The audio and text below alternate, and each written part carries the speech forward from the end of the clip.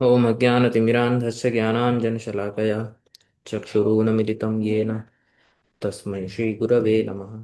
वाञ्छाकल्पतरुभ्यश्च कृपासिन्धुभ्य एव च पतितानां पावनेभ्यो वैष्णवेभ्यो नमो नमः। नमो महावदन्याय कृष्णप्रेमप्रदायते कृष्णाय कृष्णचैतन्य नामिने गौरत्विषे नमः। तप्तकाञ्चन गौराङ्गी राधे वृन्दावनेश्वरी वृषभानुसुते देवी प्रणमामि हरिप्रिये। हे कृष्णा करुणा सिंधो दीनबंधो जगत्पते गोपेश गोपिका कांत राधा कांत नमोस्तुते। वृंदाय तुलसी देव्यै प्रियाय केशवस्य च विष्णु भक्ति प्रदे देवी सत्यवत्ते नमः।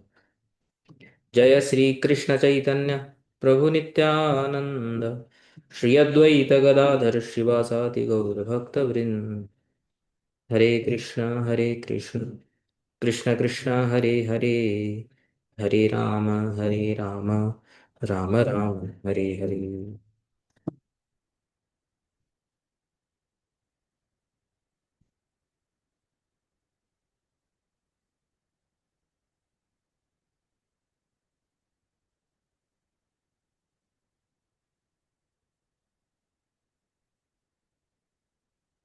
ठीक।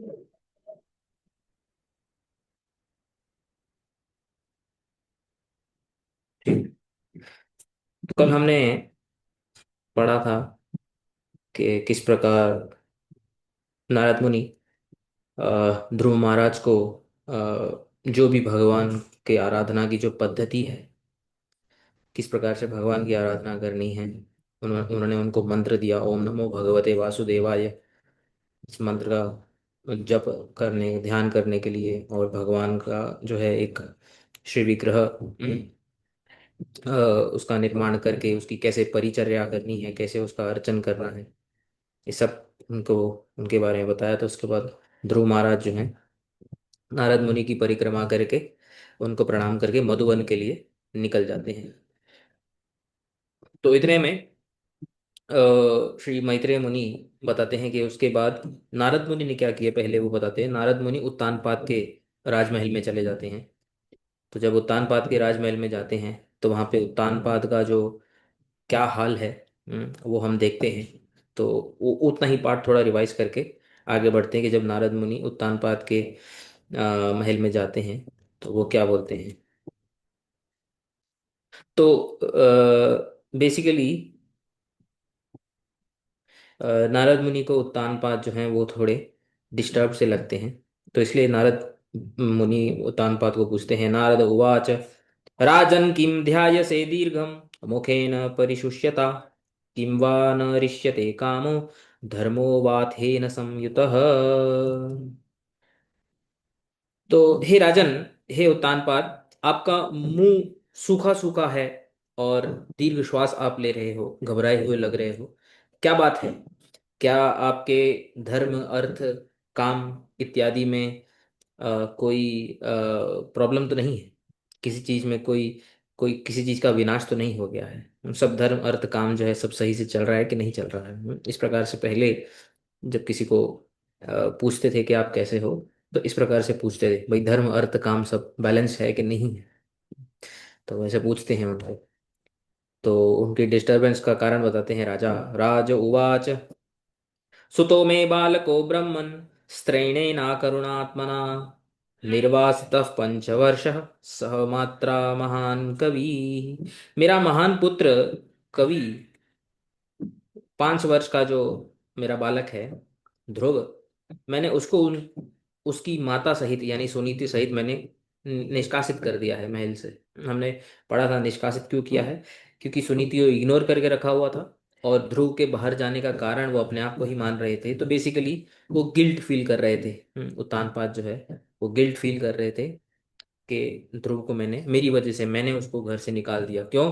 स्त्रैणेन अकरुणात्मना, स्त्रैणेन यानी स्त्री वशवर्ती होके, सुरुचि के वश में आकर के मैंने अपने अपनी एक पत्नी सुनीति और ध्रुव के साथ मैंने अच्छा नहीं किया।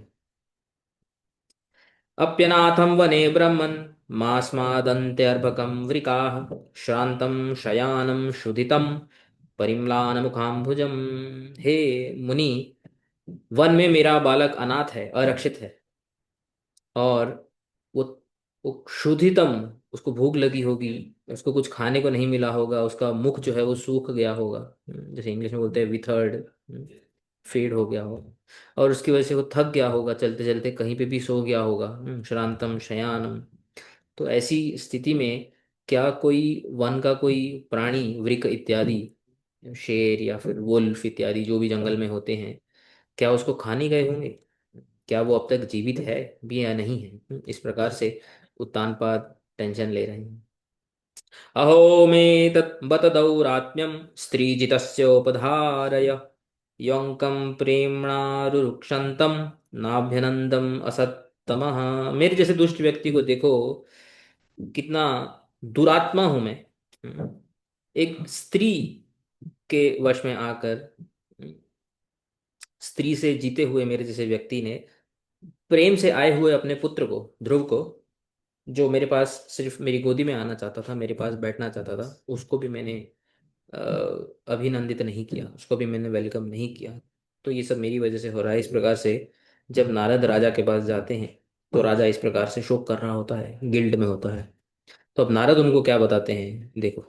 नारद उवाच, तो वहां तक हमने कल कल वहां तक पढ़ा था। आज यहाँ से हम कंटिन्यू करते हैं। मामाशुचः स्वतनयं देवगुप्तं विशाम्पते तत्प्रभावम् अविज्ञाय प्रावृङ्क्ते यद्यशो जगत्। बोलते हैं, हे विशाम्पते। विशाम्पते जो है वो संबोधन में है। विशाम्पते यानी पृथ्वीपते, यानी हे राजन। हम्म, देवगुप्तम स्वतनयम, आपका जो तनय है यानी आपका जो पुत्र है। राजा ने क्या बोला था, मेरा पुत्र क्या है, अनाथम। अनाथम, अनाथ यानी अरक्षितम। लेकिन नारद बोल रहे हैं आपका जो पुत्र है वो देवगुप्त है। गुप्त का अर्थ होता है जैसे कुछ चीज को छुपा के रखना, प्रोटेक्ट करके रख, बोलते हैं ना गोपनीय है, ऐसा बोलते हैं ना। तो देवगुप्त यानी भगवान के द्वारा गुप्त है वो, यानी भगवान के द्वारा प्रोटेक्टेड है। आप ये मत सोचो कि आपका पुत्र अनाथ है, आपका पुत्र अनाथ नहीं। तो देवेन यानी श्री हरिणा गुप्तम आत्मसात कृत्वा। किसी चीज को हम छुपा के कब रखते हैं, जब वो हमारे बहुत डियर होती है ना, जैसे तो कोई कॉस्टली वस्तु होगी, गोल्ड हो गया, पैसा हो गया, उसको हम छुपा के रखते हैं। तो जिसको हम बहुत अपना मानते हैं ना, उसको हम छुपा के रखते हैं। तो बोलते हैं श्री हरि के द्वारा आत्मसात किया हुआ है ध्रुव। आत्मसात यानी श्री हरि ने उसको अपना बना लिया है, ध्रुव को। इसलिए क्योंकि ध्रुव श्री हरि का अपना हो गया है, इसलिए श्री हरि ने उसको गुप्त रखा हुआ है, यानी सुरक्षित रखा हुआ है। तो आप ये मत सोचो कि ध्रुव जो है वो अनाथ है, वो श्री हरि के द्वारा प्रोटेक्टेड है। रक्षित, रक्षितम इति अर्थ। भाव ये है कि वो श्री हरि के द्वारा रक्षित है। तो देवगुप्तम यानी श्री हरि के द्वारा सुरक्षित है। तत्प्रभावम अविज्ञाय, तम बालम प्रति माँ माँ शुचः। वो बोल रहे हैं कि भगवान का प्रभाव तुम जानते नहीं हो। भगवान, हम सबको पालन करने वाले भगवान होते हैं। हम कभी कभी सोचते हैं कि उसका क्या होगा, ये क्या होगा, उसका क्या होगा, मेरे बिना उसका क्या होगा। ऐसे सोचते हैं ना। जब मैं नहीं रहूंगा तो मेरे बच्चों का क्या होगा, मैं नहीं रहूंगा तो मेरे पेरेंट्स का क्या होगा, मैं नहीं रहूंगा तो मेरे वाइफ का क्या होगा, मेरी माँ का क्या होगा। तो ये एक इल्यूजन है, एक माया है। किसी के दुनिया से चले जाने से दुनिया खत्म होती है क्या? आज तक कभी ऐसा हुआ है? हम्म, आज तक कभी ऐसा हुआ है कि कोई एक व्यक्ति चला गया और किसी दूसरे को खाना नहीं मिला, या दूसरा जो है, हम देखते हैं जंगल में जो है लोग पल बढ़ जाते हैं। गरीबों के घर में लोग पल बढ़ जाते हैं, किधर किधर लोग जो है पल, कौन पाल रहा है सबको? तो नारद मुनि बोलते हैं कि तुम उसके खाली रक्षक हो, ऐसा मोह में जो है मत पड़ो। ऐसी माया, माया वाली दृष्टि से तुम मत देखो। भगवान उसकी सुरक्षा कर रहे हैं, तुम क्या सुरक्षा करोगे? भगवान उसकी सुरक्षा करें, इसलिए भगवान का प्रभाव तुम नहीं जानते हो। इसलिए तम बालम प्रति माँ माँ शुचः, इसलिए अपने बालक के प्रति शोक मत करो। यद यशः जगत प्रावृंते, यस्य यशः, ध्रुव का जो यश है, उसकी जो कीर्ति है, जगत व्यापनोति, अब थोड़ी ही देर में पूरा जगत जान जाएगा कि ध्रुव की जो कीर्ति है, ध्रुव का जो यश है, वो पूरे जगत में फैल जाएगा। व्यापनोति यानी सब जगत जान जाएगा। तो वंशीधर श्री भावार्थ दीपिका प्रकाश में बदलते हैं, विशाम पते इति देवस्य हरेः सामर्थ्यम त्वत्तो अधिकम। बोलते हैं भगवान हरि का सामर्थ्य तुमसे ज्यादा है हे राजा। तुम अपने आप को ही सामर्थ्यवान समझ के बैठे हो। तुम तो प्रजापतिर एव, तुम तो एक देश के पति हो, एक प्रजा, एक एक सेट ऑफ प्रजा, यानी एक सेट ऑफ जो देश होता है, देश के जो लोग होते हैं, तुम खाली उनके राजा हो। स तू त्वाद्रिग अनंत पतिर, वो भगवान आप जैसे अनंत अनंत राजाओं का भी रक्षक है। अतः तद्गुप्तम को वराको वृकादिर इति अभिप्राय, इसलिए जो भगवान से सुरक्षित है, उसको ये छोटे मोटे वृक यानी जो शेर या फिर वुल्फ इत्यादि, वो क्या उसका नुकसान कर सकते हैं। इसलिए तुम ये टेंशन मत लो कि ध्रुव जंगल में है और कोई शेर उसको खा जाएगा। बोले ऐसा कुछ होने नहीं वाला है। प्रावृंते वर्तमान निर्देशस्तु तदुपरि भगवत प्रसादस्य निश्चितत्वात् एव, तो वो बोल रहे हैं कि अभी भी वर्तमान में भी भगवान ने उसके ऊपर कृपा की हुई है, तुम निश्चित रहो, तुम शांत रहो, तुम्हारे पुत्र को कुछ नहीं होने वाला है। उक्तम अर्थम अर्थम विशदयति यत् त्वया उक्तम स्त्रैणेन अकरुणात्मना इति, तेन तव अकरुणत्वे अपि स तु भगवान कारुण्य सागरः अस्ति।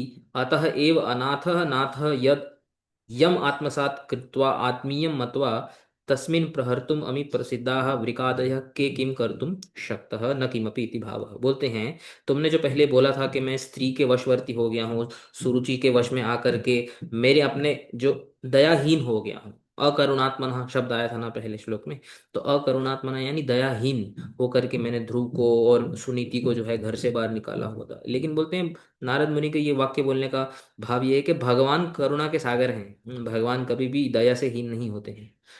अगर तुम जिसके ऊपर दया नहीं कर रहे तो भगवान भी उसके ऊपर दया नहीं करेंगे, ऐसा ऐसा मत समझो। अतएव अनाथेर अनाथ, हम लोग कीर्तन करते हैं ना, अनाथों के नाथ जो भगवान हैं, यद यम आत्मसात कृत्वा, जब वो किसी को जब आत्मसात करते हैं, वो किसी को जब अपना बना लेते हैं, आत्मीयम मतवा, जब वो किसी को अपना समझते हैं, उसको अमी प्रसिद्धा वृकादय, ये जो छोटे मोटे वृक इत्यादि हैं, शेर और वुल्फ इत्यादि हैं, के कुम कर तुम के किम कर तुम शक्ता, ये सब क्या कर सकते हैं उसके लिए। जब जिसको भगवान सुरक्षा कर रहे हैं, उसको छोटे मोटे जानवर कुछ नहीं कर सकते हैं, न किमपि, वो कुछ नहीं कर सकते हैं, ये भाव है। इसलिए नारद मुनि उनको जो है दिलासा देते हुए उनको शांत करा रहे हैं। और क्या बोलते हैं आगे, सुदुष्करम कर्म कृत्वा लोकपालैर अपि प्रभु ऐशत्यचिरतो राजन यशो विपुलयम स्तव। हे राजन, लोकपालैः अपि सुदुष्करम कर्म कृत्वा, लोकपाल किसको बोलते हैं, जो लोक, लोक का अर्थ होता है ये जो पृथ्वी लोक, स्वर्ग लोक इत्यादि, जिसको समहाउ इंग्लिश में प्लैनेट ट्रांसलेट किया जाता है, बट एक्चुअली प्लैनेट नहीं होता है उसको, टेक्निकली लोक को बोलते हैं, लोक को पालन करने वाले। जैसे इंद्र आदि जो देवता होते हैं ना, तो ये जो देवता होते हैं उनको लोकपाल भी बोलते हैं, इंद्र, वरुण, और अग्नि इत्यादि। तो जो बड़े बड़े लोकपाल होते हैं ना, उनके लिए भी दुष्कर है ऐसा कर्म ध्रुव करेंगे। मतलब ध्रुव अब ऐसा कुछ करने वाले हैं जो बड़े बड़े लोकपालों के लिए भी दुष्कर होने वाला है, डिफिकल्ट होने वाला है। और तव यशः विप्लुयन अचिरतः ऐष्यति, और ऐसा कर्म करने से आपके यश को पूरे पृथ्वी में विस्तार करेंगे। जैसे जब पुत्र कुछ करता है तो पिता का यश हो जाता है ना, पिता की भी कीर्ति होती है, बोलते हैं कि ये किसका पुत्र है, ऐसा बोलते हैं ना। तो बोलते हैं ध्रुव ऐसा कुछ करने वाले हैं कि उससे आपकी भी कीर्ति बढ़ जाएगी, आपकी भी कीर्ति पूरे संसार में बढ़ जाएगी, कि आप ध्रुव के पुत्र हो, आप ध्रुव के नाम से जाने जाओगे। ऐसा ध्रुव अभी ऐसा कुछ करने वाले हैं। और अचिरतः मतलब बहुत जल्दी, ऐष्यति आगमिष्यति, बहुत जल्दी ऐसा कुछ करके वे वापस आने वाले हैं, तुम टेंशन मत लो। ध्रुव सुरक्षित हैं, ध्रुव ऐसा कुछ इतना बड़ा करने वाले हैं कि तुम सोच भी नहीं सकते, और वो करने के बाद वो वापस घर में आएंगे, तुम मेरी बात पे विश्वास करो। इसलिए नारद मुनि ध्रुव को प्रभु बोलते हैं। तो प्रभु, प्रभु ऐष्यति, ध्रुव के बदले वो प्रभु वर्ड, प्रभु हम लोग जनरली प्रभु जो वर्ड यूज करते हैं ना, वो किसी श्रेष्ठ, किसी सीनियर के लिए प्रभु वर्ड यूज करते हैं, या टेक्निकली भगवान के लिए प्रभु वर्ड यूज करते हैं। तो यहाँ पे नारद ध्रुव को प्रभु क्यों बोल रहे हैं, ध्रुव तो उनके शिष्य हैं। पिछली बार हमने देखा था उन्होंने ध्रुव को जो है दीक्षा भी प्रदान की थी। तो प्रभु इसलिए बोल रहे हैं, प्राप्त भगवत प्रसादत्वात् समर्थ, कि भगवत प्रसाद यानी भगवत कृपा जिसको प्राप्त हो गई है, वो भी प्रभु है, वो भी समर्थ है इस प्रभु शब्द को सच शब्द से संबोधन होने के लिए। त्वम अपि राजभोग आसक्तत्वात् कर्म कर्तुम अशक्तः इति आह। तो बोलते हैं ये जो ध्रुव जो करने वाला है ना, तुम भी वो करने में समर्थ नहीं हो, क्योंकि तुम राजभोग इत्यादि में आसक्त हो। इसलिए वो जो करने वाला है लोकपाल भी नहीं कर सकते, तुम भी नहीं कर सकते।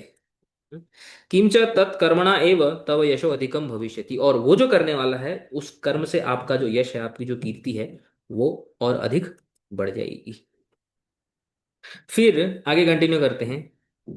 मैत्रेय विदुर को जो कहानी सुना रहे हैं, मैत्रेय उवाच इति देवर्षिणा प्रोक्तम विश्रुत्य जगति पति राजलक्ष्मीम अनादृत्य पुत्रम एवान्वचिन्तयत्। बोलते हैं जगत पति, जगती पति, जगत के पति यानी राजा उत्तानपाद, देवर्षिणा प्रोक्तम इति विश्रुत्य, देवर्षि नारद के द्वारा ये जो बोला, देवर्षि नारद ने उनको जो सांत्वना प्रदान किया है नारद ने, वो सुनकर राजलक्ष्मी अनादृत्य, फिर भी राजलक्ष्मी ने, जितना भी राज है, जितने भी लक्ष्मी है, उसको इग्नोर करते हुए पुत्रम एव अन्वचिंत, पुत्र के बारे में ही वो कंटिन्यूसली सोच रहे हैं। ऐसा होता है ना कि ऑब्वियसली देखो, जब किसी का पुत्र चला जाए, खो जाए, और उसको यदि कोई श्रेष्ठ व्यक्ति जैसे पुलिस या फिर आज की डेट में जो भी बड़े से बड़ा कोई पावरफुल व्यक्ति बोले कि मैं लेके आऊंगा, तुम टेंशन मत लो, वो सुरक्षित है, अगर वो सांत्वना प्रदान करे भी, लेकिन जब तक पुत्र नहीं आता है तब तक तो टेंशन होती है ना कि भी जब तक तो नहीं आएगा तब तक तो ठीक है, मैं, आप सांत्वना दे रहे हो, मैं, बट आना तो चाहिए, जब तक नहीं आएगा तब तक टेंशन होती है। इसलिए नारद मुनि के बोलने पर भी, देवर्षिना प्रोक्तम अपि, वो सुनने पर भी, विश्रुत्य अपि राजलक्ष्मी अनादित्य, वो ऐसे नहीं कि कुछ एंजॉय करने लगे, चलो नारद मुनि ने बोल दिया, अब चलो खाते हैं पीते हैं थोड़ा, मूवी देख के आते हैं, ऐसे नहीं। तो वो बोल रहे हैं कि पुत्रम एव अन्वचिंत अनु अचिंतयत, अनु अचिंतयत यानी कि कंटिन्यूसली पुत्र के बारे में ही वो चिंता कर रहे हैं। तो एवं विश्रब्धस्य अपि राज्ञो अनुतप्त परंपराम आह अनेन संसारस्य दुस्तरत्वम असूची इति। बोलते हैं इस प्रकार से देखो, सूचित हो रहा है कि संसार कितना दुस्तर है, कितना मुश्किल है इस संसार में। पहले वो पत्नी ने दुखी करके रखा हुआ था, उसकी वजह से सुनीति और ध्रुव के पति उन्होंने गलती कर दी, अब जब ध्रुव चला गया अब बैठ के रो रहा है। तो इसीलिए एक व्यक्ति, संसारी व्यक्ति रोता ही रहता है पूरा टाइम। तो बोल रहे इस प्रकार संसार बहुत ही डिफिकल्ट है, दुखदायक है। तत्राभिषिक्त प्रयतस तामुपोष्य विभावरीं समाहितः पर्यचरत् ऋष्यादेशेन पूरुषम्। ध्रुवो मधुवने किम अकरोत्। तो अभी हमने देखा कि जब ध्रुव महाराज नारद मुनि को परिक्रमा करके प्रणाम करके मधुवन में चले गए, तो वहां से स्टोरी कहाँ पे गई, नारद मुनि जो है राजा के महल में चले जाते हैं, वहां पे स्टोरी चली गई। बट यहाँ पे प्रश्न ये आता है कि अच्छा ध्रुव कहाँ चले गए, ध्रुव मधुवन में गए, उन्होंने मधुवन में जाके क्या किया, उसके आगे की स्टोरी क्या है, वो अब यहाँ से कंटिन्यू करते हैं। बोलते हैं इति अपेक्षायाम, ऐसी अपेक्षा यदि कोई करे कि ध्रुव मधुवन में जाके क्या कर रहे हैं, उसके लिए फिर ये श्लोक से बोलते हैं, तत्र यमुनायाम अभिषिक्त, यमुना में स्नान करते हुए, हाँ, यमुना में स्नान इत्यादि करके, प्रयतः यानी पूतः पवित्र होकर, समाहितः सन, ताम विभावरीम उपोष्य, ताम विभावरीम यानी यस्याम प्राप्त ताम, मतलब जिस रात को मधुवन में पहुंचे थे ध्रुव, उसी रात को उन्होंने विभावरी, विभावरी शेष एक कीर्तन में गाते हैं ना, तो विभावरी शेष यानी रात का शेष हो गया है। तो विभावरी यानी रात, तो उस जिस रात को वो पहुंचे, उसी रात को उन्होंने उपोष यानी उपवास किया, उपवासम कृत्वा ऋष्यादेशेन पुरुषम पर्यचरत। तो उस रात को उपवास करके नारद ऋषि के आदेश से पुरुषम यानी पुरुषोत्तम भगवंतम, भगवान को, भगवान की वो पर्यचरत अर्चना करने लगे, नहीं सेवितवान, उनकी सेवा इत्यादि करने लगे। जैसे नारद मुनि ने, कल हमने जो देखा था, जैसे जैसे उन्होंने डिस्कस किया था, जो भी द्रव्य इत्यादि से, मंत्र इत्यादि से, मूर्ति इत्यादि को कैसे तुम्हें क्या क्या करना है, जो हमने कल डिस्कस किया था, उसी प्रकार से वो भगवान की अर्चना करने लगे। अब ध्रुव महाराज की जो तपस्या है उसका डिस्कशन आता है। तो ये जो तपस्या है, ये हम सोच भी नहीं सकते हैं। ये पहले पहले सत्युग इत्यादि में, पहले पहले कल्पों में जिनके अंदर डिटर्मिनेशन होती थी, वही सब करते थे।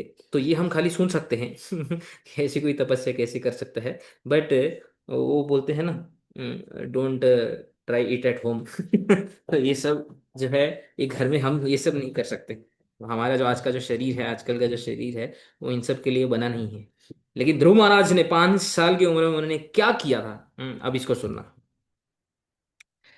त्रिरात्रांते त्रिरात्रांते कपित्थ बदराशनः आत्मवृत्त्यनुसारेण मासम निन्यर्चयन हरिम। भगवान की अर्चना कर रहे थे। अब पहले महीना, मासम मासम यानी महीना, पहले महीना भगवान की अर्चना, भगवान हरि की अर्चना करते करते त्रिरात्रांते, त्रिरात्रांते 2 बार बोला है।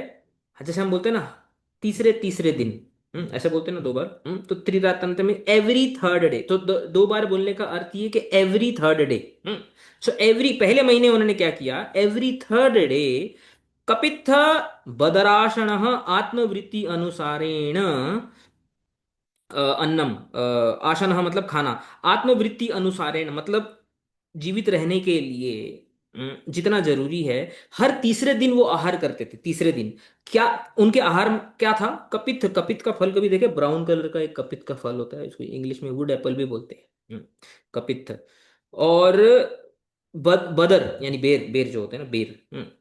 तो फर्स्ट महीना उन्होंने जब जो तपस्या जब शुरू की, ये शुरू की, ये शुरू वाली महीने की तपस्या है।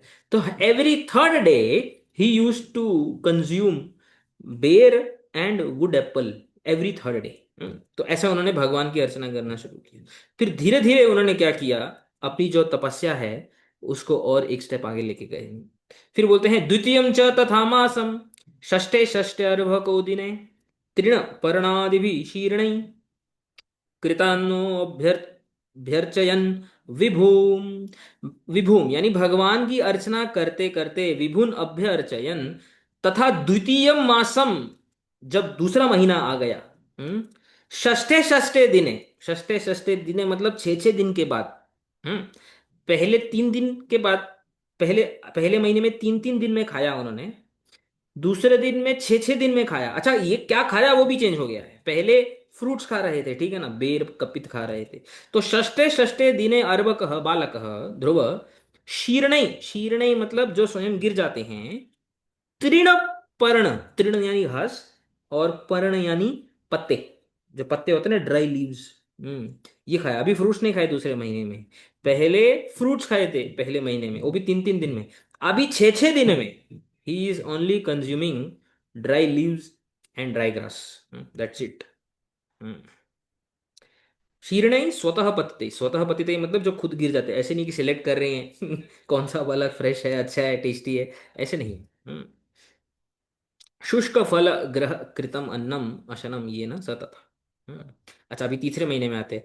तृतीयम चानयन मासम नवमे नवमे अहनि अभक्ष उत्तम श्लोकम उपाधावत समाधिना। धीरे धीरे उनका जो चिंता है भगवान की, समाधिना एकाग्र चित्त होने लगी, भगवान का चिंतन और ज्यादा होने लगा। जब और ज्यादा होने लगा तो तीसरे महीने में उन्होंने नवे, एवरी 9 डेज, नवमे नवमे अहनि, अहनि मतलब दिन, हर 9 दिन में उन्होंने क्या भक्षण किया, केवल अपभक्ष। अप का अर्थ होता है जल, ओनली जल, एवरी 9 डे, दैट्स इट। आनयम च उत्तम श्लोकम समाधिना। तो तृतीयम च आनयम ईषद इव नयनम गृहणन उपधावत इति अन्वय, मतलब तीसरे महीने आने पर जो है एकदम हल्का सा लेना हुआ, हल्का सा मतलब क्या, हर 9वें दिन में केवल पानी पीना, बस दैट्स इट। प्रति मासम आहार संकोचम, हर महीने में वो आहार का संकोच कर रहे हैं। और तपो अतिरेकम च कृतवान इति अर्थ, और तपस्या को भी अतिरिक्त कर रहे हैं। जैसे 3 दिन में था, फिर 6 दिन में था, और 9 दिन में था, इस प्रकार से। चौथे महीने में क्या करते हैं, चतुर्थम अपि वै मासम द्वादशे द्वादशे हनि वायु भक्षोजित श्वासो ध्यायन देवम अधारयन। अब चतुर्थ महीना आ गया है। चतुर्थम अपि वै मासम द्वादशे द्वादशे दिन, every 12th day, third day, 6th day, 9th day, 12th day, every 12th day जिता श्वास। अब चौथे महीने में उन्होंने श्वास को भी जीत लिया। He was not even breathing frequently.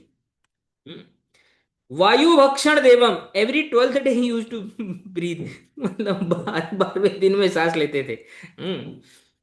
ध्यान नारायणम, और इस प्रकार से भगवान नारायण का ध्यान कर रहे थे। तो ये स्थिति ऐसे नहीं कि खाली हम्म, वो बोलते हैं ना, जैसे मूवी में पॉसिबल है, कहानी में ऐसा होता है, ऐसा नहीं होता है।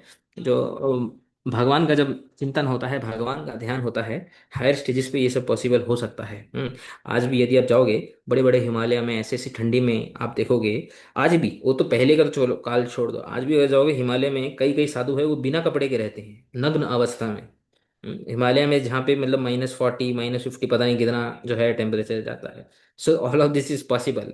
सो once you are in contact with that divine object, anything is possible. मतलब वो शरीर जो होता है, शरीर के ऊपर डिपेंडेंसी कम हो जाती है। बेसिकली हमारा भी यही टारगेट है, ये टारगेट है, मतलब ऐसा करना टारगेट नहीं है।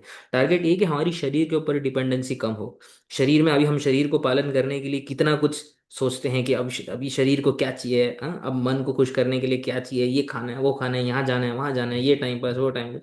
तो जितनी शरीर के ऊपर डिपेंडेंसी रहेगी, उतना हमारा संसार में आसक्ति जो है वो ज्यादा रहेगा, और उतना ही कष्ट ज्यादा रहेगा।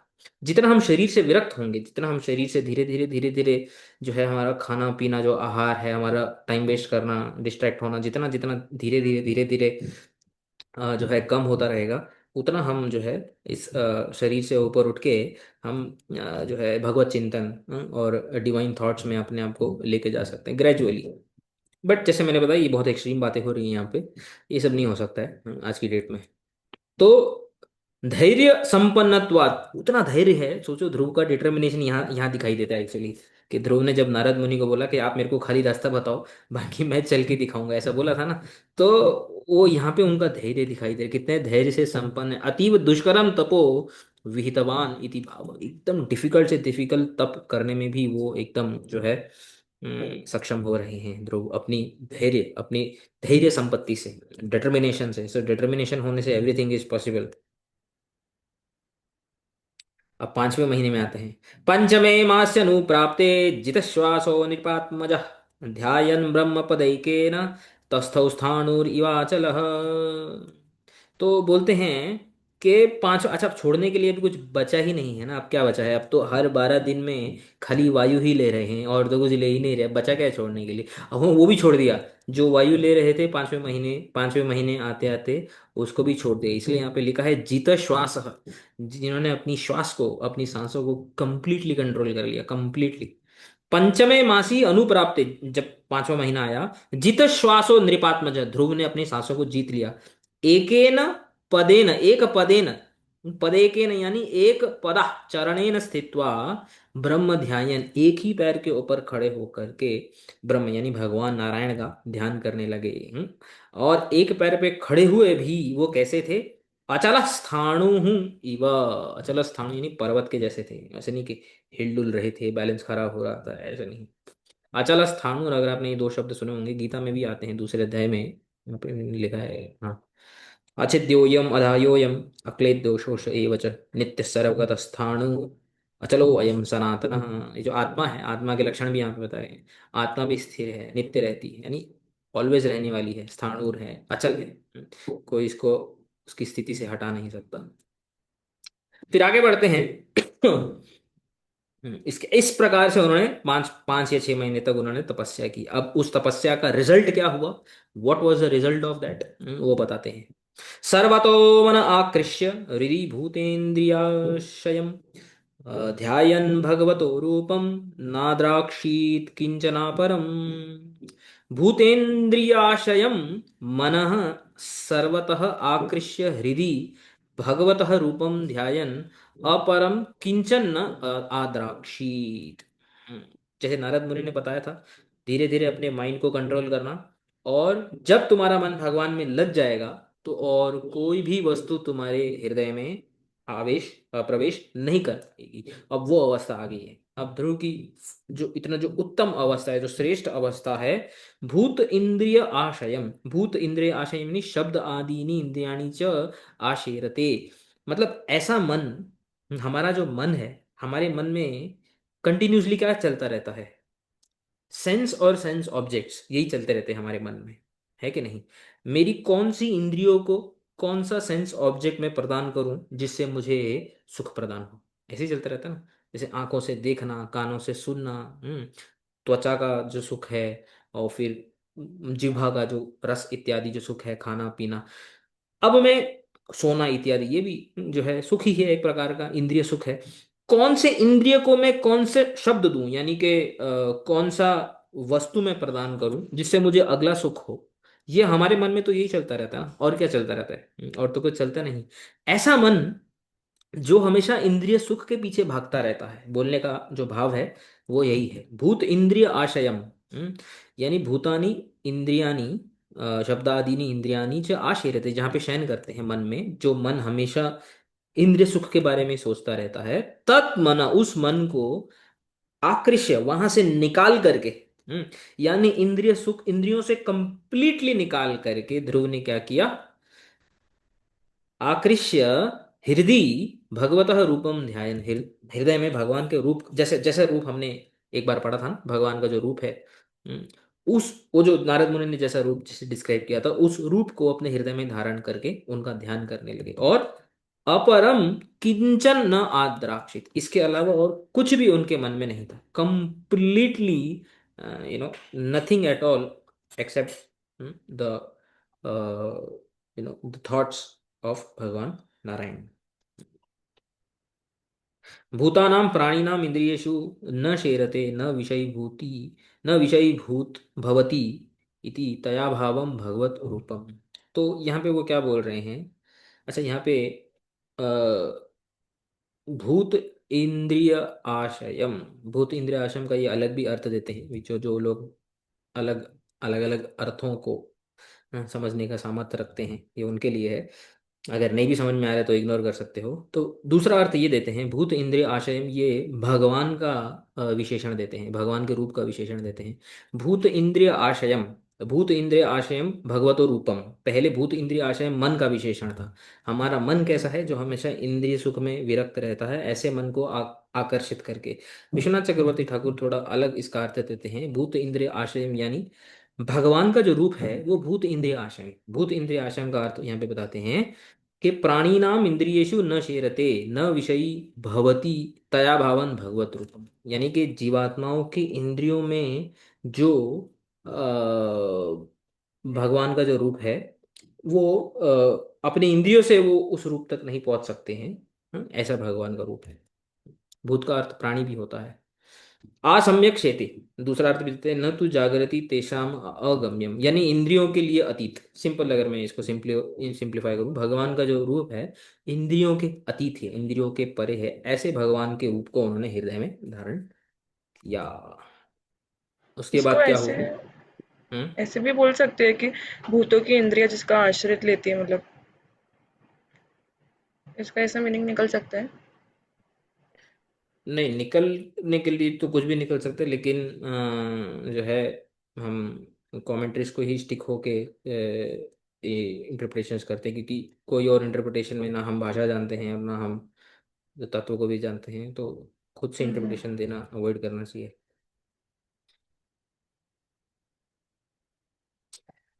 फिर आगे बोलते हैं, उसके बाद क्या हुआ, कंटिन्यूसली भगवत चिंतन होने लगा जब ध्रुव के हृदय में। फिर क्या हुआ, और याद रखना कि ध्रुव ने श्वास नहीं ले रहा है, जित श्वास लिखा था, he is completely in a state way he is not breathing at all.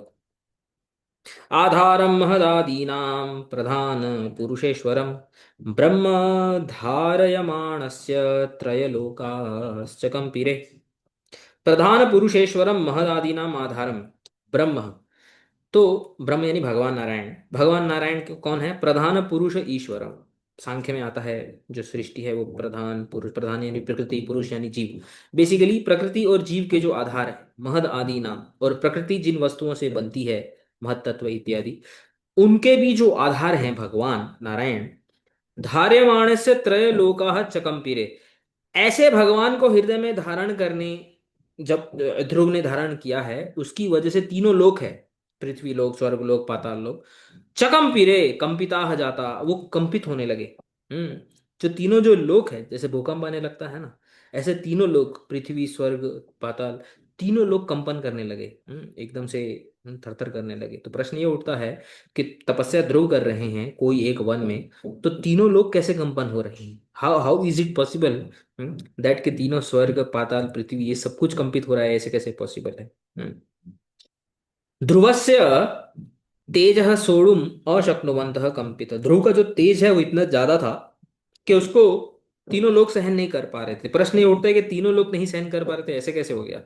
तो जीव गोस्वामी इसको बहुत अच्छे से समझाते हैं, बोलते हैं सर्व आत्मकत्वेन बृहत्व सत्वाद। देखो भगवान कैसे हैं, सर्व आत्मकत्व यानी कि सबके परमात्मा है, सबके हृदय में वास करते हैं भगवान। और बृहद हैं, बृहद यानी सबसे बृहद वस्तु है, बृहद यानी द ग्रेटेस्ट ऑफ ऑल।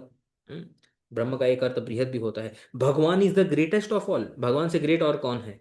तो ऐसी वस्तु को, भगवत वस्तु को, वो सबके आधार हैं, भगवान सबके आधार हैं, सबके आश्रय हैं। तो ततः तादृशत्वेन धारणात्, तो जब भगवान को ही धारण कर दिया है हृदय हृदय में, तो यानी कि भगवान जो सबके आधार हैं, जो सबके शेल्टर हैं, वो भी, जो मतलब उनको भी धारण कर लिया है हृदय में। अगर भगवान को हृदय में धारण कर लिया है तो भगवान जिसके शेल्टर हैं वो भी हृदय में धारण कर लिया है। यानी कि संसार में जितनी भी चीजें हैं, प्रकृति जीव इत्यादि, उनको भी हृदय में धारण कर लिया है, क्योंकि वो सब तो भगवान के आश्रय हैं, आश्रित हैं। तदा आत्मकता प्राप्त्या, तो तदात्म, तदात्म मीन्स यूनियन, भगवान के साथ यूनियन हो जाने से, और इनडायरेक्टली प्रकृति इत्यादि जीव सारे भी जीवात्माएं हैं जिनके अंदर भगवान हैं, उन सबके साथ भी यूनियन हो जाने से भाव विशेषण कंपते स्म। जब ध्रुव को भगवान के प्रति भाव आ रहे थे, भगवान का चिंतन करते करते भाव आ रहे थे, तो भाव में भी कंपन होता है ना, बॉडी कांपती है। एक ये जो एक विकार होता है सात्विक अष्ट सात्विक विकारों में कांपना एक विकार होता है। तो जैसे जैसे ध्रुव कांप रहे थे, तदा विश्वमपि कंपते, तो विश्व भी कांप रहा था, जितने भी विश्व और विश्व के जो प्राणी हैं वो भी कांप रहे थे। और बेसिकली इनडायरेक्टली ये क्या बोल रहे हैं कि ध्रुव भगवान को याद करते करते कंपन कर रहे हैं। क्यों? क्योंकि वो भगवान के प्रति जो है इमोशनल, जो डिवाइन इमोशनल फीलिंग्स हैं, उनको अनुभव कर रहे हैं। जब हमारे अंदर इमोशनल फीलिंग्स आती है तो हम भी कंपन करते हैं ना। तो भगवान के प्रति ऐसी इमोशनल फीलिंग्स की वजह से वो कांप रहे हैं। और क्योंकि उन्होंने भगवान को आत्मसात कर लिया है, और भगवान सबके आश्रय हैं, पूरी संसार के भगवान आश्रय हैं, सब जगह पे व्याप्त हैं भगवान। क्योंकि ध्रुव कंपित कर रहे हैं और ध्रुव ने भगवान को अपने हृदय में धारण कर लिया है, इसलिए भगवान के ऊपर जो जितनी भी चीजें आश्रित हैं वो भी कंपन कर रही हैं, यानी तीनों लोग भी कंपन कर रहे हैं। समझ में आया? ये रिलेशन। तो इसीलिए जो तीनों लोग हैं वो कंपित करने लगे। फिर आगे बोलते हैं, यदैक पादेन स पार्थिवार्भकस् तस्थौ तदंगुष्ट निपीजिता महि ननाम तत्रार्धम इभेन्द्रधिष्ठिता तरीव से सव्येतरतः पदे पदे। बोलते हैं, सह पार्थिव अर्भक। पार्थिव, पार्थिव का अर्थ किसी का नाम होता है ना, पार्थिव, पार्थिव पटेल। तो पार्थिव का अर्थ क्या होता है? पार्थिव का अर्थ होता है राजा। पार्थिव शब्द पृथ्वी से आता है। पृथ्वी को पालन करने वाले को बोलते हैं पार्थिव। हम्म तो पार्थिव अर्भक, अर्भक यानी बालक, यानी राजा के बालक, यानी ध्रुव। तो राजपुत्र ध्रुव यदा एक पादेन तस्थौ, जब वो एक पैर के ऊपर खड़े हुए थे, तो उससे क्या हो रहा? तद अंगुष्ठ निपीडिता मही इभेन्द्र धिष्ठिता। जब वो एक पैर पे, उनके अंगूठे के भार पे जब खड़े हुए थे, तो पृथ्वी का क्या हालत थी उस समय? पृथ्वी कैसे हो रही थी? याद रखना कि ध्रुव के हृदय में भगवान है, बृहत तत्व है। भगवान को धारण करके रखा हुआ अपने हृदय में, तो ध्रुव का भार बहुत ज्यादा है। हम्म, तो जब वो पृथ्वी के ऊपर एक पैर करके खड़े हुए हैं, इवेंद्र धिष्ठिता तरी इव, एक छोटे से नौका में यदि हाथी आ जाए, हम्म, तो नौका का क्या हाल होगा? वो डगमगाने लगेगी, इधर उधर होने लगेगी। उसी प्रकार गजराजेन अधिष्ठिता नौका इव, एक गजराज यानी एक हाथी से अधिष्ठित छोटी सी नौका का हाल जो होता है, उसी प्रकार ध्रुव के एक पैर पे खड़े होने से, उस अंगूठे के भार की वजह से ही पृथ्वी का क्या हाल हो रहा था। वो बोलते हैं पदे पदे सव्य इतरतः अर्धम ननाम। सव्य इतरतः मतलब लेफ्ट साइड और राइट साइड पे पृथ्वी क्या कर रही थी? ननाम यानी नीचे नीचे जा रही थी, कभी ऐसे नीचे जा रही थी, कभी ऐसे नीचे जा रही थी, कभी ऐसे नीचे जा रही थी, और ऐसे नीचे। तो इस प्रकार से जो है पृथ्वी कंपन कैसे हो रही थी, उसको यहाँ पे इलेबोरेट करके बता रहे हैं। ये सब टेक्निकल है, इसको छोड़ो। तो विश्वनाथ चक्रवर्ती ठाकुर बोलते हैं अर्धम, अर्ध मतलब जो है वो परिमाणवाचक है। परिमाणवाचक मतलब परिमाण मीन्स मेजरमेंट। पृथ्वी कितना नीचे जा रही है उसका मेजरमेंट है। अर्थ, अर्थ एक परिमाण होता है संस्कृत में, उतना नीचे जा रही है मतलब थोड़ा सा, वन स्केल और समथिंग लाइक दैट। फिर आगे बोलते हैं, तस्मिन् तस्मिन् अभिध्यायति विश्वमात्मनो द्वारं निरुध्य सुमनन्यया धिया लोकानिरुच्छ्वास निपीडिता भृशं सलोकपालाः शरणं ययुर्हरि। फिर क्या हुआ? तस्मिन् असुम निरुध्य, हम्म, उस समय ध्रुव ने क्या किया था? असुम यानी प्राणों को, प्राणों को और इंद्रिय द्वारम च, इंद्रियों के जो द्वार है, हम जानते हैं ना हमारी बॉडी में देर आर 9 डोर्स। जैसे नाकों की जो दो डोर हैं, कान के जो दो डोर हैं, आंखों के जो दो डोर हैं, इस प्रकार के जो हमारे नीचे के ऑर्गन्स के डोर होते हैं, तो इस प्रकार से हमारे 9 डोर होते हैं। तो सारे के सारे इंद्रिय द्वार यानी बॉडी के जो डोर्स होते हैं, जो होल्स होते हैं, उनको उन्होंने रोक दिया, और प्राणों को भी रोक दिया, श्वास को भी रोक दिया, और हवा कहीं से भी पास नहीं हो रही है बॉडी में। जब ऐसा किया, निरुद्ध निषिद्ध आत्मनः विश्वम अनन्या धिया अभिध्यायति। तो विश्वमात्मनः यानी विश्व के जो आत्मा है, परमात्मा है, भगवान को जब हृदय में धारण किया, अनन्या धिया अनन्य भावना से, निरुच्छ्वास निपीडिताः स लोकपालाः लोकाः हरिम शरण्य निहु। तो क्योंकि ध्रुव ने सारे जो है श्वास को रोक के रखा हुआ था, और ध्रुव के अंदर भगवान है, और भगवान सबके आश्रय हैं, सबके शेल्टर हैं, इसीलिए पूरी संसार में, पूरे यूनिवर्स में जितने भी लोग, जितने भी जीव हैं, और जितने भी लोकपाल, लोकपाल जैसे मैंने पहले बताया था, इंद्र, वरुण, अग्नि इत्यादि जितने भी देवता हैं, सब लोगों को जो है श्वास लेने में प्रॉब्लम होने लगी। सब लोग भी कांपने लगे, और सब लोगों को श्वास लेने में भी प्रॉब्लम होने लगी, क्योंकि ऐसा कांटेक्ट जो है ध्रुव का भगवान के साथ हुआ। तो क्योंकि वो पीड़ित हो गए थे, इस प्रकार से निपीड़िता, निरुच्छ्वास, श्वास न लेने के कारण वो पीड़ित हो गए थे, तो उन्होंने क्या किया? हरिम शरणम ययौ, वो सब भगवान हरि के पास, जहाँ पे भगवान हरि इस त्रिलोक में जो वैकुंठ है जहाँ पे, वहां पे वो भगवान हरि की शरण में गए, क्षीर सागर में। अन्यद अपि आश्चर्यम आह, और एक आश्चर्य भी बता रहे हैं। क्या आश्चर्य? तस्मिन् ध्रुवे विश्वम विश्वात्मकम विष्णुम आत्मनः सकाशात अनन्या ध्यात्म भेदे दृष्टिया अविध्यायति सती। तो जो विश्वम यानी विश्वात्मकम, विश्व के जो आत्मा यानी भगवान विष्णु हैं, उनको जब अपने हृदय में धारण किया, अपने हृदय के समीप में लेके आए, तो अनन्य भावना से इस प्रकार से किम कृत्वा असुम प्राणाम तद द्वारम च निरुद्ध, सारे जो है किसी भी प्रकार से वायु को शरीर में रोक रोक देना और जाने का अनुमति न देना। विश्वमात्मनि एकीकृत्य स्व प्राण निरोधे कृते विश्व से प्राणो निरोधो जाता इति भाव। अपने प्राण रोकने से विश्व के जितने भी प्राणी हैं उनके भी प्राण रुकने लग गए, ये भाव है। फिर वो जितने भी देवता है वो सब भगवान के पास गए। अब देवताओं ने भगवान के पास जाके क्या बोला? देवाः ऊचुः नैवं विदामो भगवन् प्राणरोधं चराचरस्याखिल सत्वधाम्ना विधेहि तन्नो वृजिनाद्विमोक्षम प्राप्ता वयम त्वां शरणं शरण्यम। हे भगवान, चराचरस्य स्थावर जंगम रूपस्य, स्थावर यानी वो प्राणी जो एक ही जगह पे रहते हैं, जैसे ट्रीज इत्यादि, और जंगम यानी वो प्राणी जो मूव मूव करते हैं। तो जो हम बोलते हैं ना चराचर जगत, तो चराचर जगत यानी चल अचल। तो कभी कभी ल को र से भी रिप्लेस किया जाता है। तो चल यानी जो चलते हैं, अचल यानी जो चलते नहीं, उसको चल अचल जगत बोलते हैं। तो ये जो चराचर जगत है, स्थावर जंगम रूपस्य अखिल सत्व धामना निखिल प्राणीनाम शरीरस्य एवं प्राणरोधम न विदाम। वो बोल रहे हैं कि हे भगवान, हमने कभी भी सारे प्राणियों का इस प्रकार से प्राण रुक जाएं ऐसा कभी अनुभव ही नहीं किया है। ये क्या हो रहा है? वो कंफ्यूज हो गए, ये क्या हो रहा है? वयम शरण्यम शरणागत रक्षकम, आप शरण्य हो यानी शरणागतों के रक्षक हो, शरणागत पालक हो। त्वाम शरणम प्राप्ता, इसलिए हम आपकी शरण में आए हैं, तो आप हमारी मदद करें।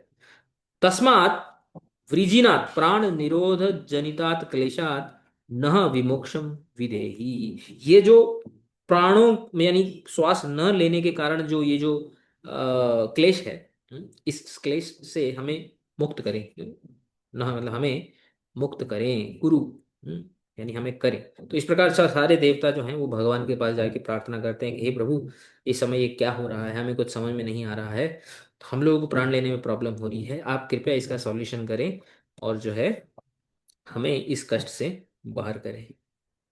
अब ये नेक्स्ट श्लोक जो है इस अध्याय का लास्ट श्लोक है, 82nd श्लोक। श्री भगवान उवाच, भगवान जो है देवताओं को आंसर देते हैं। माँ भैष्ट्रबालं तपसो दुरत्ययान् निवर्तयिष्ये प्रतियात स्वधाम यतो हि वः प्राण निरोध आसीत् अवतानपादीर्मयि संगतात्मा। भगवान बताते हैं कि एक्चुअली ये क्यों हो रहा है, ऊपर जो डिस्क्राइब किया था मैत्रेय मुनि ने, एग्जैक्टली वही भगवान यहाँ पे बता रहे हैं। यतो हि ध्रुवात वह प्राण निरोध आसी, ये जो प्राणों का निरोध है, यानी कि श्वास न लेने का जो क्लेश है, ये ध्रुव की वजह से हो रहा है। ये जो पृथ्वी लोक में जो ध्रुव है, ये जो तपस्या कर रहा है, उसकी वजह से आपको प्रॉब्लम हो रही है। क्यों? बोलते हैं औतानपादी, यहाँ पे औतानपादी है, ठीक है ना। ये जो उत्तानपाद उनका नाम है, औतानपाद ध्रुव का नाम है। जिस प्रकार जैसे वसुदेव, वसुदेव महाराज का नाम है और वासुदेव कृष्ण का नाम है, उसी प्रकार उत्तानपाद, उत्तानपाद का नाम है। औत्तानपाद उनके अपत्य यानी कि उनके पुत्र ध्रुव का नाम है। औत्तानपादी मई संगतात्मा, जो औत्तानपादी यानी कि जो ध्रुव है, मेरे से यूनाइट हो गया है वो, यानी उसने मेरे रूप को अपने हृदय में धारण कर, संगतात्मा means he is one with me now, because he is one with me. अब भगवान के साथ जो एक हो जाएगा, और अगर भगवान के साथ जब एक हो जाएगा तो वो जो भी करेगा, तो भगवान के ऊपर जो जो शेल्टर्ड है उसके ऊपर भी इन्फ्लुएंस होगा। तो क्योंकि वो मेरे से एक हो चुका है, तस्मात दुरत्ययात तपसा, दुरत्ययात मतलब दुस्तर तपस्या, और वो दुस्तर तपस्या कर रहा है, it is very very difficult. ये तपस्या वो वही बोल रहे हैं ना, जब वो इंद्र आदि भी मतलब सोच रहे हैं कि ऐसी कोई तपस्या कैसे कर सकता है। तो उनके लिए भी दुस्तर है। बालम निवर्तयिष्ये, मैं क्या करूंगा, ये मुश्किल जो तपस्या करने वाला जो बालक है, मैं उससे क्या करूंगा, उसको मैं निवर्तयिष्ये मतलब उसको मैं जाके रोकूंगा, टेंशन मत लो। अब मैं नीचे जाऊंगा और मैं ध्रुव को उस कंडीशन से बाहर निकालूंगा, जिससे कि वो नॉर्मल कंडीशन में आ जाएगा। माँ भैष्ट, भयम माँ करो, माँ भैष्ट मतलब भय मत करो, इसलिए तुम चिंता मत करो, मैं नीचे जा रहा हूँ। स्वधाम प्रतियात, स्वधाम प्रतियात मतलब तुम अपने अपने धाम में जाओ, स्वर्ग इत्यादि में जाओ, गच्छ, तो तुम टेंशन मत लो, मैं नीचे जाके ध्रुव को रोकता हूँ। यतो बालात्, को असौ बालः कथं च तस्मात् प्राण निरोधः इति यत् आह उत्तानपादस्य पुत्रो मयि विश्वरूपे संगतात्मा ऐक्यम प्राप्तः वर्तते इति ही। तो भगवान ने बोला ये बालक की वजह से हो रहा है। यतः बालः, तो ये यदि कोई प्रश्न पूछे कि कौन सा बालक है, ये कौन है, कहाँ पर है, इसलिए भगवान ने एक ही श्लोक में सारांश बता दिया कि उत्तानपाद का पुत्र है, ध्रुव है, वो तपस्या कर रहा है, और संगतात्मा, संगतात्मा यानी ऐक्यम प्राप्त है, उसका मेरे साथ ऐक्य हो गया है। ऐक्य मीन्स यूनिफिकेशन, कंप्लीटली जन two things when they merge into each other, जब एक हो जाते हैं ना, तो उसने मेरे साथ एक ऐक्य हो गया है। क्योंकि वो ऐक्य हो गया इसलिए जो भी वो कर रहा है पूरी पृथ्वी में इसका इन्फ्लुएंस आ रहा है। इसलिए तुम यहाँ पे चिंता मत करो, मैं जाता हूँ और ध्रुव को उस सिचुएशन से बाहर निकालता हूँ, जिससे कि वो नॉर्मल अवस्था में आ जाएगा और जो तीनों लोग हैं वो भी नॉर्मल अवस्था में आ जाएंगे। तो ध्रुव ने इस प्रकार तपस्या करके भगवान को इतना आत्मसात किया कि उसकी तपस्या का जो इन्फ्लुएंस है वो तीनों लोक में हो रहा था, और जो लोक और लोक सहित जो लोकपाल है वो भी घबरा के भगवान के पास जाते हैं, भगवान को बोलते हैं कि आप कुछ कीजिए, और फिर भगवान उसके बाद क्या करते हैं, नीचे आते हैं, फिर ध्रुव के साथ उनका क्या संवाद होता है, उसके बाद ध्रुव की क्या प्रतिक्रिया होती है, वो क्या सोचते हैं, जब घर में जाते हैं तो क्या होता है, वो पूरा जो है अगले अध्याय में आता है। तो एक अध्याय अब यहाँ हमारा यहाँ पे समाप्त हो गया, तो कम से कम भागवत का हम लोगों ने अपने जीवन में एक अध्याय जो है पूरा पढ़ लिया है। भागवत में कितने अध्याय हैं? भागवत में 335 अध्याय हैं। 335। तो एक अध्याय को करते करते 2-3 महीना लगते हैं। तो सोचो, पूरा भागवत अगर पढ़ना है तो कितना टाइम लगेगा। तो इस प्रकार से जो है यहाँ पे आता है, इति श्रीमद् भागवते महापुराणे ब्रह्म सूत्र भाष्ये पारमहंस संहितायां वैयासक्यम चतुर्थ स्कंदे ध्रुव चरित्रे अष्टमो अध्याय है। तो ये फोर्थ कैंटो भागवत जो है 12 वॉल्यूम्स में डिवाइडेड है।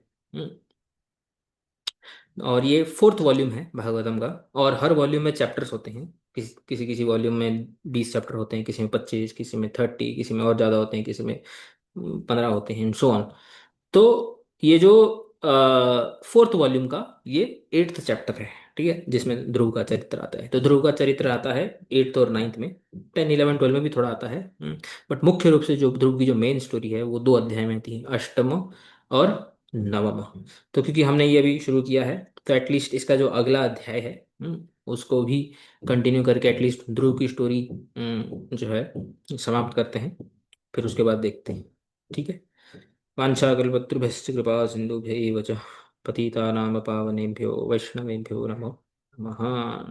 तो इस पे आप लोगों का कोई प्रश्न या फिर कोई जिज्ञासा, कोई कमेंट? प्रभु जी, हम्म। जब उत्तानपाद का पुत्र अवतानपाद का, तो उत्तम भी तो है उसका पुत्र, उसको भी अवतानपाद कहेंगे क्या? हाँ, बोल सकते हैं। जैसे पांडु के पुत्र 5 है ना, हम्म, उनको क्या बोलते हैं? पांडव। पांडव। तो युधिष्ठिर को भी पांडव बोल सकते हैं। अर्जुन को भी पांडव बोल सकते हैं। नकुल को भी पांडव बोल सकते हैं। तो किसी को भी बोल सकते हैं। तो वासुदेव है, जनरली भगवान के लिए बोला जाता है, बट टेक्निकली बलराम के लिए भी यूज कर सकते हैं। बट कभी कभी फेमस हो जाता है ना।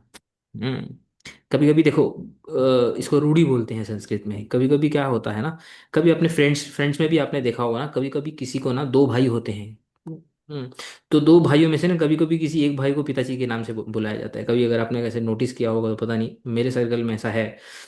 तो 2 भाइयों में से किसी एक भाई को ही पिताजी के नाम से बुलाया जाता है। हालांकि दूसरे को भी बुला सकते हैं पिताजी के नाम से, बट वो फेमस हो जाता है समहाउ, वो पिताजी के नाम से बुलाए जाने पर। तो इस प्रकार शास्त्रों में भी ऐसा ही होता है। तो शास्त्रों में वासुदेव इतनी बार भगवान कृष्ण के लिए आया है, वो कृष्ण के नाम से इक्वल हो गया। जैसे पांडव भी, जैसे पांडव बोलने से आपको पहले सबसे पहले किसका ध्यान आता है? अर्जुन का ध्यान आता है कि नहीं? है ना? हम्म, तो वो पांडव इतना अर्जुन के साथ इतना फेमस हो गया है वो वर्ड। तो फेमस चीज क्या होती है, कभी कभी फेमस चीज शाब्दिक अर्थ को जो है ओवरटेक कर लेती है। तो शाब्दिक अर्थ जो होते हैं ना, संस्कृत में हर एक शब्द का शाब्दिक अर्थ होता है जो डिराइव कर सकते हैं संस्कृत के रूल से।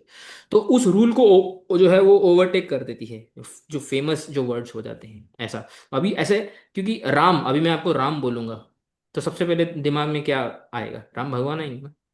क्यों? क्योंकि वो इस नाम से वो इतने फेमस हैं। और ऐसे तो नहीं है कि और कोई राम नहीं है दुनिया में, और कितने लोग होंगे जिनका नाम राम हो सकता है। बट राम बोलने से भगवान राम दिमाग में आते हैं। ऐसा ही वासुदेव बोलने से पहले कृष्ण दिमाग में आते हैं। पांडव बोलने से अर्जुन दिमाग में आते हैं। बट टेक्निकली ये अवतानपाद उत्तम को भी बोल सकते हैं। ये जो संगात्मा है, इसको संगतात्मा। लय, हाँ सॉरी, इसको लय में तो नहीं बोल समझना ना कि लीन हो गए हो। नहीं, लीन हो गए तो फिर भगवान कैसे आए? फिर ध्रुव को कैसे रोका? उसके बाद भी अभी स्टोरी आगे आएगी ना। तो संगत आत्मा मीन्स अपनी आत्मा और भगवान की आत्मा एक हो गई। ऐसा। इंडिविजुअलिटी अच्छा। तब भी है, ऐसा नहीं है कि इंडिविजुअलिटी खत्म हो गई। अच्छा।